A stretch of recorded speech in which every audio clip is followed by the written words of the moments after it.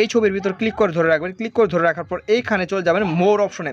মোর অপশনে গিয়ে রিনেম নামে একটি অপশন রয়েছে। এইখানে হলো মেন কাজটা। এইখানে আপনারা গিয়ে সরাসরি এই ইমেজের সাইটে আপনারা একটি ডট লিখে দিবেন। ব্যাস, আজকে ভিডিওটা হলো আমার টপ লিস্টে, আমার এই ইউটিউব চ্যানেলের টপ লিস্টের একটি ভিডিও।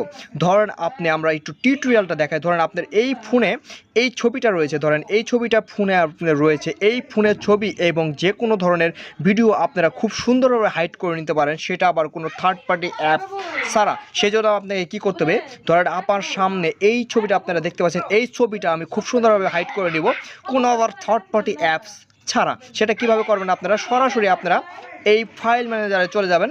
এই ফাইল ম্যানেজারে চলে যাওয়ার পর আপনারা কি করবেন, এইরকম একটি ফাইলের আইকন রয়েছে। এই ফাইলের আইকনে আপনারা ক্লিক করবেন। ক্লিক করার পর আপনার সামনে এরকম একটা ইন্টারফেস চলে আসবে।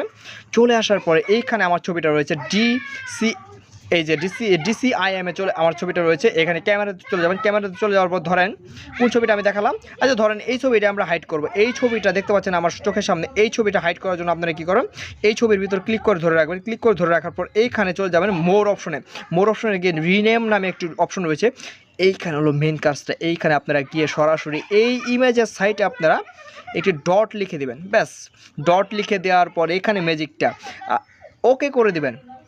ওকে করে দেওয়ার পর এইখানে দেখতে পাচ্ছেন this file will be hidden after you change the extension, এখানে ক্লিক করে দেবেন। ব্যাস, ক্লিক করে দেওয়ার পর আপনারা এখানে আপনার যে ছবিটা রয়েছে এই ছবিটা সরাসরি হাইড হয়ে যাবে আপনার সামনে থেকে। হাইড হয়ে গেলে এখানে ঠিক এরকমভাবে আপনার সকল ভিডিওর সাইটে আপনারা রিনেমে গিয়ে এই ডট অপশনটি দিয়ে দেবেন। আপনার সব ফাইল হাইড হয়ে যাবে।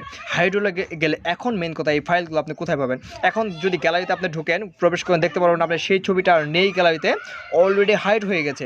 এবং আবার ফাইল ম্যানেজার চলে যান। ফাইল ম্যানেজার চলে যাওয়ার পর, এটা অনেকেই জানে না, এইখানে এই টিক্স করবেন। এইখানে চলে যাওয়ার পর এইখানে এক সেকেন্ড এই সেটিংস অপশনে চলে যাবেন। সেটিংস অপশনে চলে যাওয়ার পর এইখানে সেটিংসে চলে যাবেন।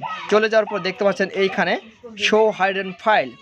এখন যদি আপনি যে ফাইলগুলো হাইড করেছেন, এখন যদি এখানে শো অপশনে ক্লিক করেন, তাহলে সকল ফাইলগুলো আপনার সামনে খুব সুন্দরভাবে শো হতে থাকবে।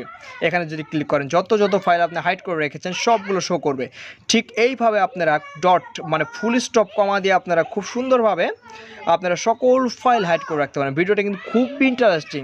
এভাবে হাইড করে রাখলে কেউ আপনার ফাইল বুঝবে না কোথায় রেখেছেন, ভিডিও, পার্সোনাল ফটো কোথায় রেখেছেন, কিচ্ছুই বুঝবে না। তো ভিডিওটা ভালো লাগলে অবশ্যই চ্যানেলটাকে সাবস্ক্রাইব করেন। ধন্যবাদ সবাইকে।